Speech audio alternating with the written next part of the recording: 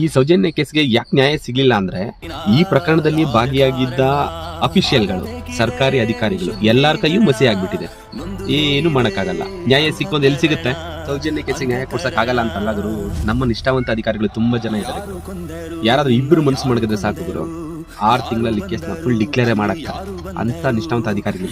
ನಿಜವಾಗ್ಲೂ ಒಂದು ಮಾತು ಹೇಳ್ತೀನಿ, ಈ ಸೌಜನ್ಯ ಕೇಸು ನಿಜವಾಗ್ಲೂ ನಮ್ಮ ಕರ್ನಾಟಕ ಪೊಲೀಸ್ ಅವ್ರಿಗೆ ಕೇಸೇ ಅಲ್ಲ ಗುರು, ವಿಚಾರಣೆ ಇಲ್ಲ. ಅಷ್ಟು ಸಿಂಪಲ್ ಆಗಿ ಚೇಸ್ ಮಾಡ್ತಾರೆ ಕೇಸ್ನ. ಆದ್ರೆ ಈ ಕೇಸಲ್ಲಿ ಸಾಕ್ಷಿಗಳೇ ಇಲ್ಲ, ಸಾಕ್ಷಿ ನಾಶ ಆಗೋಗಿದೆ, ನ್ಯಾಯ ಸಿಗೋದು ತುಂಬಾ ಕಷ್ಟ ಅಂತಾರೆ.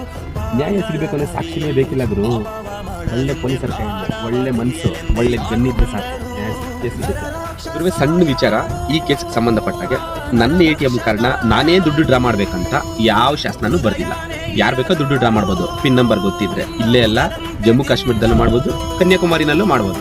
ATM ಕಾರ್ಡ್ ವಿಚಾರ ನಾನು ಯಾಕೆ ಹೇಳ್ತಾ ಇದ್ದೀನಿ ಅಂದ್ರೆ, ಸೌಜನ್ಯ ಪ್ರಕರಣದಲ್ಲಿರೋ ಮುಖ್ಯವಾಗಿರೋ ಒಂದೇ ಹೆಸರು, ಅವರು ಆ ಪ್ರಕರಣ ಆಗಿದ್ದ ದಿನ ಇಲ್ಲಿ ಇರ್ಲಿಲ್ಲ, ವಿದೇಶದಲ್ಲಿದ್ರು ಅಂತ ವಸಂತ್ ಗಿಳಿಯರ್ ಹೇಳ್ತಿದ್ದಾರೆ. ATM ಅಲ್ಲಿ ದುಡ್ಡು ಡ್ರಾ ಮಾಡಿದ್ರೆ ವಿಡಿಯೋ ಫುಟೇಜ್ ಸಿಗಲ್ವಾ? ಶಾಪಿಂಗ್ ಮಾಡಿದ್ರೆ ವಿಡಿಯೋ ಫುಟೇಜ್ ಸಿಗಲ್ವಾ? ಯಾಕೆ ನೀವು ಸಬ್ಮಿಟ್ ಮಾಡಲಿಲ್ಲ? ಅವರು ಪರ ಇರೋ ಅಷ್ಟು ದಾಖಲೆಗಳನ್ನೆಲ್ಲ ಸಬ್ಮಿಟ್ ಮಾಡಿದ್ದೀರಾ, ತೋರಿಸಿದ್ದೀರಾ. ನಿಮ್ಮ ಚಾನಲಲ್ಲಿ, ಇನ್ನೊಂದರಲ್ಲಿ, ಮತ್ತೊಂದರಲ್ಲಿ, ನ್ಯೂಸ್ ಚಾನಲಲ್ಲಿ ಎಲ್ಲ ತೋರಿಸಿದ್ದೀರಾ. ಒಂದು ವಿಡಿಯೋ ಫುಟೇಜ್ ಯಾಕೆ ನೀವು ತೋರಿಸ್ತಿಲ್ಲ?